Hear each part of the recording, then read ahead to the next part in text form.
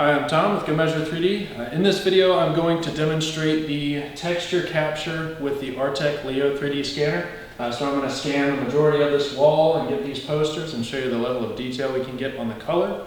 Also, I'll be live streaming what the Leo sees on the laptop. So with the Leo, there's no cables attached to it. It's just a simple point and shoot. So I'm going to scan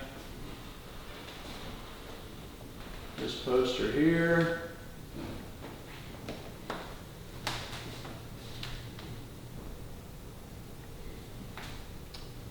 And come up the wall some.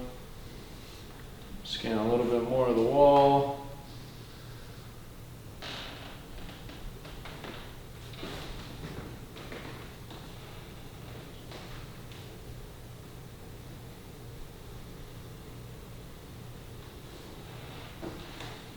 Some more up top, and then I'll come down and grab some of the desk.